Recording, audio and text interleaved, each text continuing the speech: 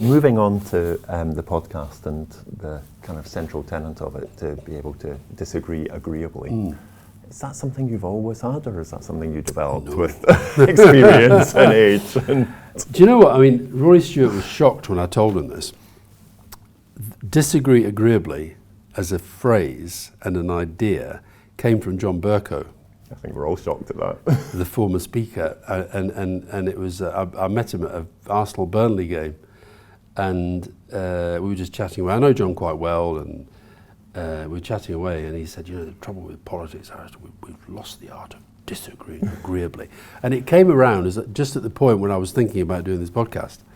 So no, I think actually I've been I think in parts of my life, I've been quite a disagreeable disagreeer.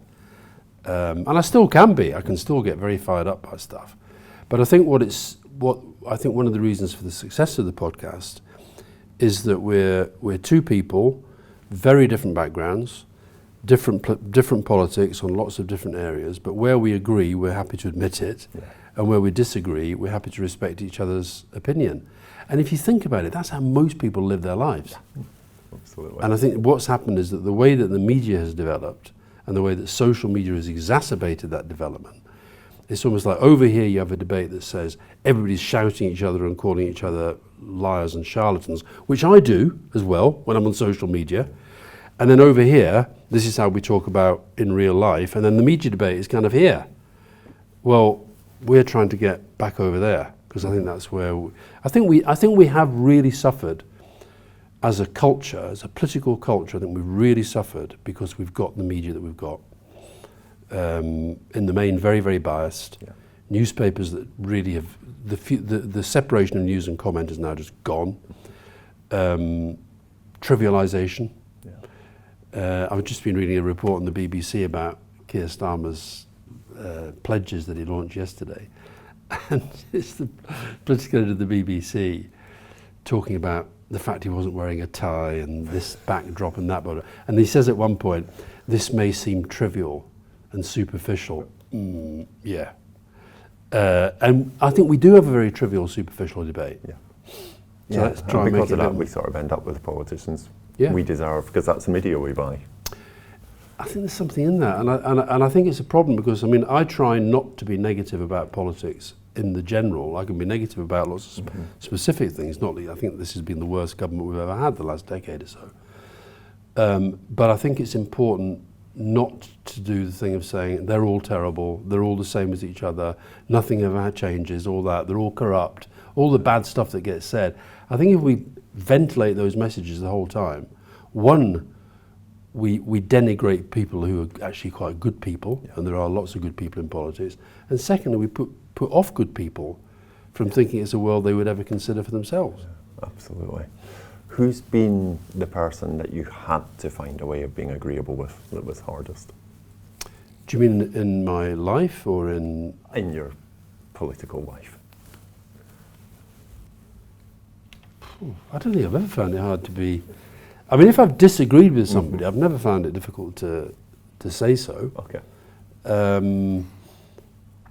I think the harder thing is when. I think the harder thing sometimes is when actually you agree with somebody, but you're probably thinking people think you shouldn't. So, it's that thing about when, let's just say, those rare occasions where the Tories say or do something that actually is really quite a good idea.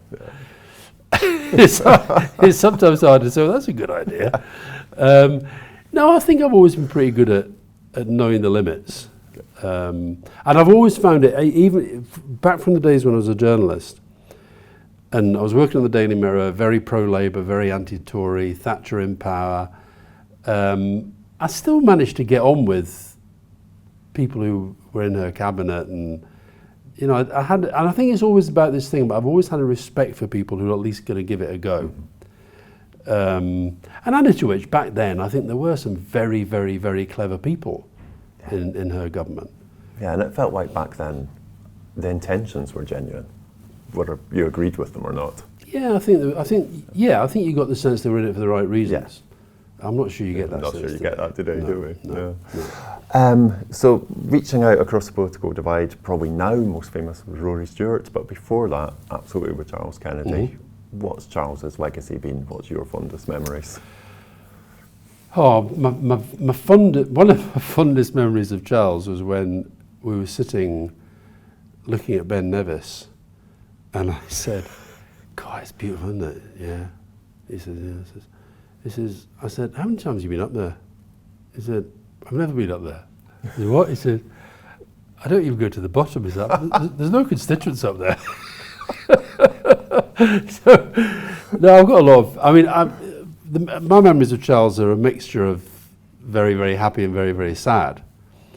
I do think that if Charles had managed to get on top of his drinking and the issues that led to his drinking, I think he'd still be here, and I think he'd be amazing right now. Yeah.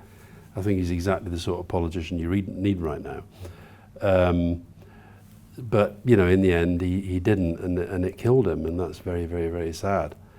I mean, legacy's legacy is an interesting thing, isn't it? I think that, look, people certainly remember Charles much, much more than most politicians. I think he was. You talk about disagreeing agreeably. I mean, Charles was a very, very interesting example.